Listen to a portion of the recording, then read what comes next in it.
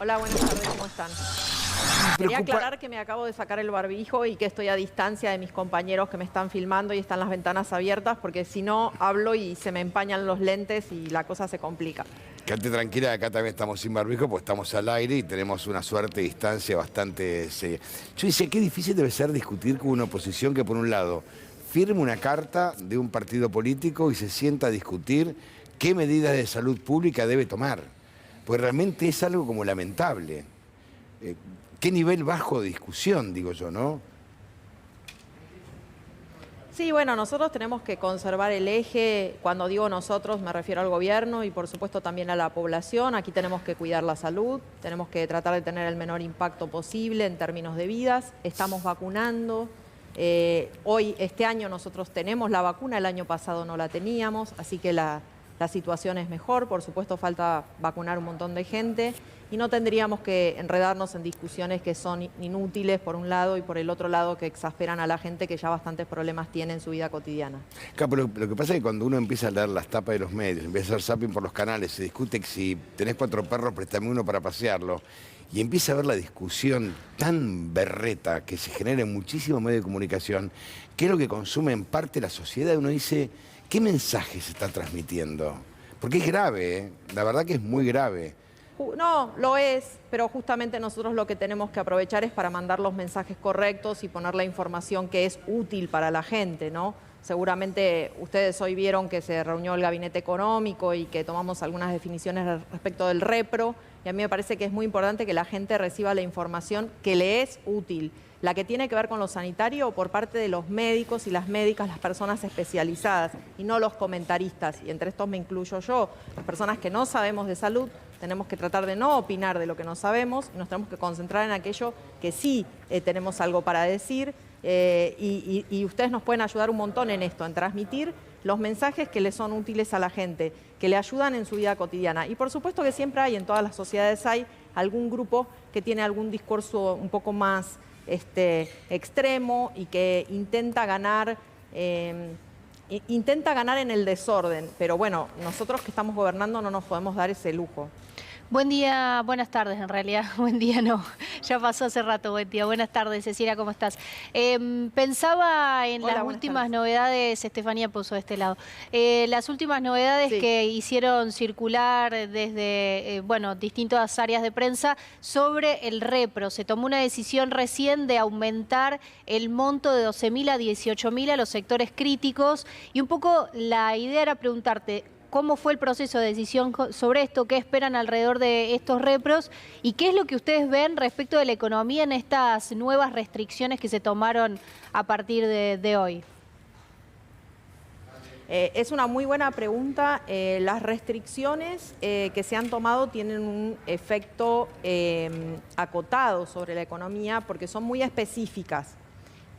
Por suerte, digamos, nosotros así lo pensamos el año pasado, nosotros antes de desarticular el ATP, armamos en noviembre del año pasado el repro. Y a mí me gusta decir que, yo no sé por qué, pero el repro lo presentan como si fuera un hermano menor de Bilucho del ATP, y no lo es, es todo lo contrario. El repro es una herramienta que está mejorada porque nosotros aprendimos mucho el año pasado mientras íbamos haciendo el ATP, que lo fuimos modificando todos los meses. Entonces el repro está funcionando desde noviembre. En noviembre y diciembre funcionó para los sectores no críticos, porque ya no podían presentarse en el ATP, y a partir de enero, que no está más el ATP, está el repro en el que pueden presentarse todas las empresas, las críticas, las no críticas y las del sector de salud. Y estamos disponibles para ayudar a aquellos sectores que sí se van a ver afectados por estas medidas puntuales.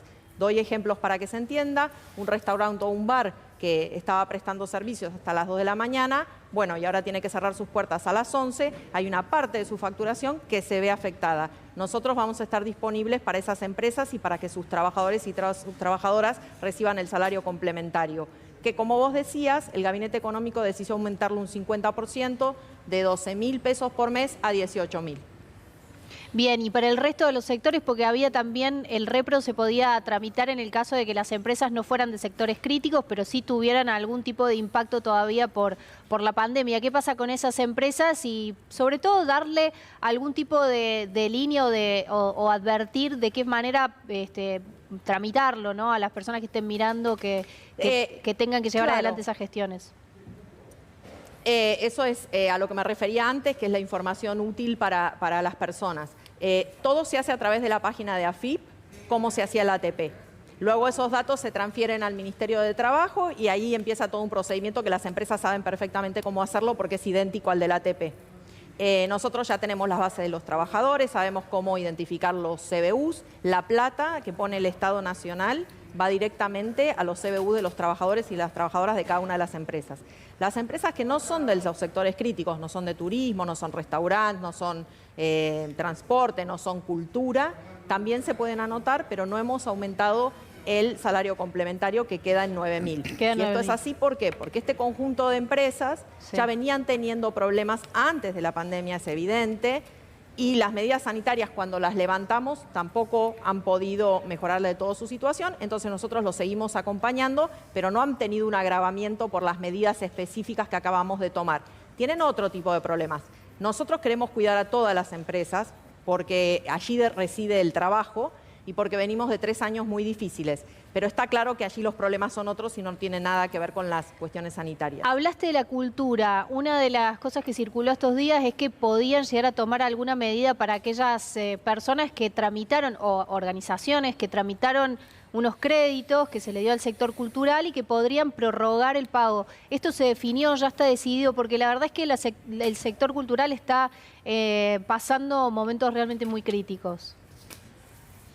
Sí, esto es el producto de una reunión que organizó el ministro de Cultura, Tristán Bauer, y estuvimos con el sector y también estuvimos en contacto con el ministro de la Producción, Matías Culfas, y hay unos créditos que se dieron con 12 meses de gracia, que no vencen ahora, porque en realidad no fueron los primeros créditos que dimos, sino dentro de unos meses, pero obviamente la idea de darles 12 meses para que empiecen a pagar en mayo, en junio, en julio, bueno, dependiendo cómo nos impacte la segunda ola, eso puede ser dificultoso, entonces estamos viendo mecanismos para prorrogar esos créditos porque nos parece absolutamente razonable. Todavía no podemos hacer un anuncio concreto porque estamos estudiando el impacto, cómo hacerlo, cómo organizarlo, pero nos parece absolutamente razonable y vamos a trabajar en ese sentido.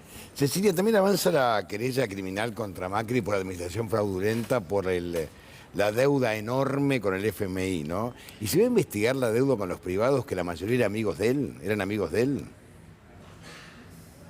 Mire, yo no estoy involucrada en esa investigación. Sí. Entiendo que lo primero que hay para investigar es si los expedientes cumplieron los pasos que todo expediente de la administración pública tiene que tener. Para uno tomar una decisión, uno tiene que tener un informe técnico y tiene que tener dictámenes legales y cada trámite tiene distintos informes que tienen que componer el expediente para que luego se pueda tomar la decisión. Y entiendo que allí hubo fallas bastante importantes. Luego, otra discusión que a mí me parece que es importante en los términos generales y me parece que un poco dramáticamente, pero lo pudimos experimentar muy claramente durante el gobierno anterior, es que este canto de sirenas que cada tanto se escucha de liberalizar el mercado de cambios a tontas y locas y que si entra el dinero entonces sale el dinero y que no hay ningún problema y que todas las trabas en realidad son eso es lo que hay que levantar para que la economía crezca. Bueno, lamentablemente no es así en el caso argentino y eso lo vimos muy bien durante el gobierno de Macri. Lo único que lograríamos haciendo cosas de ese estilo es lo que ya pasó, que es que tendríamos primero un ingreso de capital especulativo muy grande para hacerse de la diferencia de tasa de interés y a continuación, cuando las cosas se ponen feas, todos esos capitales salen volando y hacen que el tipo de cambio salte por los aires y eso a la economía argentina la sumerge en una recesión profunda, en una caída del salario real. Entonces me parece que para los que no se escuchan y no son expertos y no saben qué es una querella, lo importante es preguntar qué nos pasó ahí. ¿Cómo puede ser que un préstamo de esa magnitud ahora pese sobre los hombros de todos los argentinos y las argentinas? ¿Cómo vamos a hacer para pagar ese préstamo? La verdad, es una pregunta importante de hacerse y también es una pregunta que nos llama a reflexionar de aquí para adelante, ¿no es cierto? Cecilia, Darío Villarroel la saluda, mucho gusto. Disculpe mi ignorancia y hay mucha gente que se pregunta con la ayuda que ha dado el gobierno durante todo el tiempo de la pandemia. En cada una de las provincias, si me meto en Cava, por ejemplo, Ciudad de Buenos Aires, ¿la Ciudad de Buenos Aires puede dar ayuda a los comercios?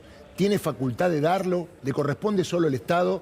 Porque se dice, usted lo habrá escuchado, que quienes viven en la Ciudad de Buenos Aires no han recibido ninguna ayuda económica y por eso cuando se cierran los boliches, los comercios, los restaurantes, dicen nos quedamos sin la posibilidad de recaudar.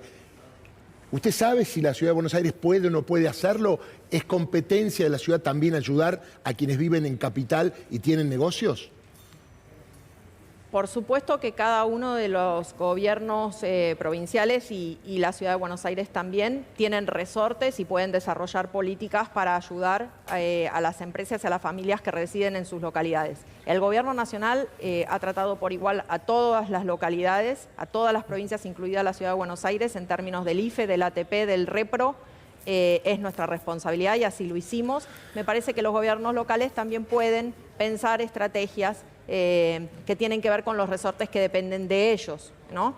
Y que podemos usar las herramientas del Tesoro Nacional, del Gobierno Nacional, como fueron el ATP, el IFE, el REPRO y todo lo demás, como una plataforma y pensar hacia adelante qué otras cosas cada uno de los gobernadores y el jefe de la Ciudad de Buenos Aires pueden hacer en su entorno. Además, ellos tienen un conocimiento muy específico de lo que sucede en cada una de sus provincias. Pero claro, es también cierto que todo esto se hace con dineros públicos y cada una de las provincias se enfrentan situaciones diferentes y tienen que ver cómo hacen entre lo que recaudan y lo que gastan. Algunas recaudan mucho, le cuento, ¿no? Hay una que recauda No, bueno, mucho. la Ciudad de Buenos Aires es... la Ciudad de Buenos Aires es un distrito que recauda de verdad. El ingreso per cápita es elevado. Entonces, bueno, por supuesto que ellos podrían estudiar algunas herramientas. Esa es la responsabilidad de ellos, nosotros estamos cumpliendo con la nuestra. Cecilia, Lautaro Maislin la saluda y quería preguntarle si cree que hay alguna posibilidad de hacer un acuerdo multipartidario para estirar los plazos con el fondo, ya sean a 20, 15 años, y si se está trabajando en eso. La negociación con el Fondo Monetario está a cargo del ministro Guzmán. Lo he escuchado también al presidente con expresiones muy claras en términos de lo que significa el peso de una deuda como la que tenemos con el Fondo Monetario para la economía argentina. Era una deuda impagable antes de la pandemia, absolutamente impagable antes de la pandemia. Luego de la pandemia, francamente, nosotros no estamos en condiciones de devolver ese crédito en los términos que lo negoció el gobierno anterior. Y ni nosotros ni ningún gobierno lo podría hacer. Es más, es un crédito que seguramente se arrastrará a lo largo de varias generaciones y a varios gobiernos les va a tocar esto. Con lo cual es muy importante, por un lado, que los que tomaron ese préstamo y lo hicieron en la forma que lo hicieron, se den cuenta de lo que hicieron, en algún punto también hagan silencio y no nos den clases magistrales, porque la verdad que de ellos seguramente no los necesitamos. Y nosotros a su vez tenemos que tratar de negociar de manera tal de poder honrar nuestras deudas, pero sin por eso agobiar aún más al pueblo argentino. Si la Argentina no crece, no puede pagar. Y sí, tenemos que negociar todo lo que está sobre la mesa. Las tasas, los plazos, las condicionalidades, y así lo está haciendo el ministro Guzmán por indicación del jefe del gabinete y del presidente de la República. Y usted está en pantalla y a la izquierda está la imagen de quién nos íbamos a enamorar cenando con Mauricio Macri, y para él la culpa fue o del kirchnerismo, pero siempre es de otro. Cuando uno escucha opinar a Pratgay, a Duhovne y a tantos otros, y siguen hablando, yo creo que debería darles vergüenza ajena, pero no les da vergüenza ajena. Entonces me parece que, por eso dice que difícil que debe ser para alguien que intenta debatir en una pandemia con la oposición, dice, ¿con qué oposición debato? ¿Con la que niega todo o buscar nuevos sectores opositores que por lo menos se sienten a debatir?